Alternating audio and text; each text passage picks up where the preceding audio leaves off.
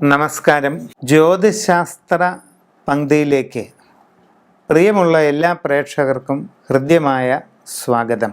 നമ്മൾ ഇന്ന് ജ്യോതിശാസ്ത്രത്തിലെ ചില പ്രത്യേകമായ വസ്തുതകളാണ് പറയാൻ പോകുന്നത്. നക്ഷത്ര ജ്യോതിഷം അഥവാ സ്റ്റെല്ലാർ അസ്ട്രോളജിയുടെ വിവിധ വശങ്ങളാണ് നാം ഇവിടെ പറയാനായിട്ട് പോകുന്നത്.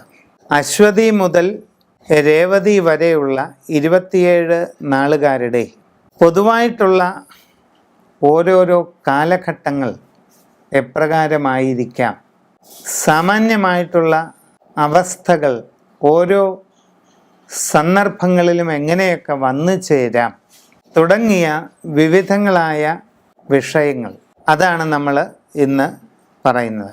നമ്മൾ 27 നാളുകളാണ് നക്ഷത്ര ജ്യോതിഷത്തിൽ ഉള്ളത്.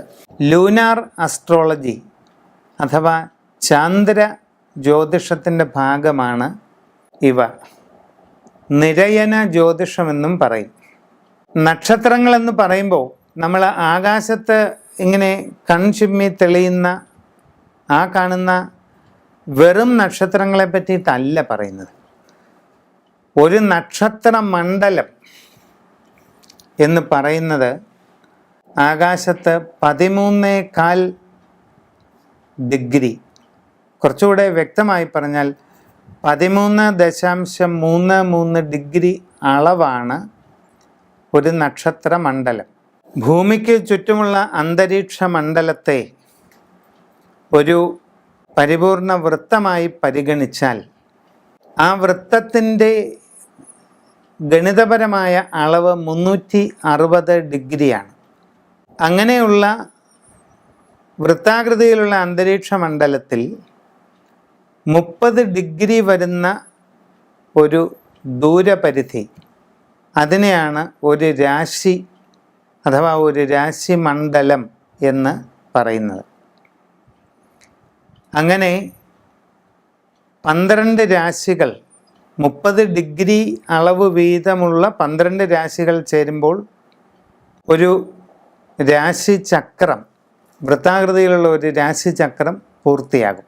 ഇത് കൂടാതെ 360 ഡിഗ്രി അളവുള്ള രാശി വൃത്തത്തെ 27 ചെറിയ ഭാഗങ്ങളായിട്ട് വിഭജിച്ചാൽ ആ ഓരോ ഭാഗവും 13.33 അളവുള്ള ഒരു മേഖലയായിട്ട് വരും. ആ ഒരു മേഖലയാണ് ഒരു നക്ഷത്ര മണ്ഡലം. ആ ഒരു മേഖലയിൽ കാണപ്പെടുന്ന കോൺസ്റ്റലേഷൻസ്, താരാപഥങ്ങളുടെ വ്യൂഹം, അവയെ അടിസ്ഥാനമാക്കി അതിന് പേരുകൾ നൽകിയിരിക്കുകയാണ്. അപ്പോൾ ഭൂമിക്ക് ചുറ്റുമുള്ള വൃത്താകാരമായ മണ്ഡലത്തിൽ 13.33 ഡിഗ്രി അളവ് വരുന്ന ഒരു മേഖലയാണ് ഒരു നക്ഷത്ര മണ്ഡലം. അശ്വതി, ഭരണി, കാർത്തിക, രോഹിണി എന്നറിയപ്പെടുന്നത് ഈ നക്ഷത്ര മേഖലകളാണ്. ഈ ഒരു നക്ഷത്ര മേഖലയിലൂടെ ചന്ദ്രൻ കടന്നു പോകാൻ എടുക്കുന്ന ഒരു കാലയളവാണ് ഒരു നാൾ. അത് ശരാശരി 60 നാഴിക അഥവാ 24 മണിക്കൂർ കൊണ്ടാണ് ഒരു നക്ഷത്ര മേഖലയിലൂടെ ചന്ദ്രൻ കടന്നു പോകുന്നത്. ഇതിനെയാണ് നമ്മൾ ഒരു നാൾ എന്ന് പറയുന്നത്. ഇതാണ് നക്ഷത്രങ്ങളെ പറ്റിയിട്ടുള്ള ഏറ്റവും അടിസ്ഥാനപരമായ കാര്യം ചുരുക്കി പറഞ്ഞത്. ഉത്തരാടം നാളുകാരുടെ നക്ഷത്രാധിപൻ ആദിത്യൻ അഥവാ സൂര്യനാണ്. സൂര്യദശയിലാണ് ജനനം. ജനനശിഷ്ടം ഏതാനും ചില വർഷങ്ങൾ മാത്രമായിരിക്കും സൂര്യദശ ഉണ്ടാവുക. അതീവ ശൈശവഘട്ടം സൂര്യദശയിലായതുകൊണ്ട് ചെറിയ തോതിൽ ബാല്യാരിഷ്ടതകളൊക്കെ ഉണ്ടായെന്ന് വരാം. ബാല്യകാലത്തിൻ്റെ ആരംഭം മുതൽ ബാല്യകാലം തീരുന്നത് വരെയുള്ള ഒരു ഘട്ടം 10 വർഷകാലം ചന്ദ്രദശയിലാണ്. പൊതുവെ അനുകൂലമാണ്. ആ കാലഘട്ടം പൊതുവെ തൃപ്തികരമായിരിക്കുകയും ചെയ്യും. കൗമാരത്തിൻ്റെ ആരംഭം മുതൽ യൗവനത്തിൻ്റെ ആരംഭം വരെ നീണ്ടു നിൽക്കുന്ന ആ ടീനേജ്, ആ ഒരു കാലഘട്ടം എന്ന് പറയുന്നത് ചൊവ്വയിലാണ്. പഠനകാര്യങ്ങളിൽ ചെറിയൊരു മന്ദഗതിയൊക്കെ അനുഭവപ്പെട്ടേക്കാം. പ്രത്യേകിച്ച് കലാലയത്തിൻ്റെ ആരംഭകാലവും മറ്റും ശ്രദ്ധിച്ച് മുമ്പോട്ട് കൊണ്ടുപോയില്ലെങ്കിൽ ഉദ്ദേശിക്കുന്ന പോലെ നേട്ടങ്ങൾ ഉണ്ടായില്ലെന്നൊക്കെ വരും. അപ്പോൾ വളരെ ശ്രദ്ധയോടുകൂടി പഠനം തുടരേണ്ടതാണ്. വീഴ്ച പരുക്കുകളൊക്കെ ഈ ചൊവ്വാദശയിൽ പലപ്പോഴും ഉണ്ടാകാറുണ്ട്. എല്ലാ കാര്യങ്ങളിലും വളരെ സൂക്ഷ്മത പാലിക്കുക. യൗവനത്തിൻ്റെ ആരംഭത്തിൽ തുടങ്ങുന്നതായ രാഹുദശാകാലം 18 വർഷമാണ്. യൗവനത്തിൻ്റെ അന്തിമഘട്ടത്തിനോട് അടുത്തു വരുന്ന സമയം വരെ ഈ രാഹുവായിരിക്കും.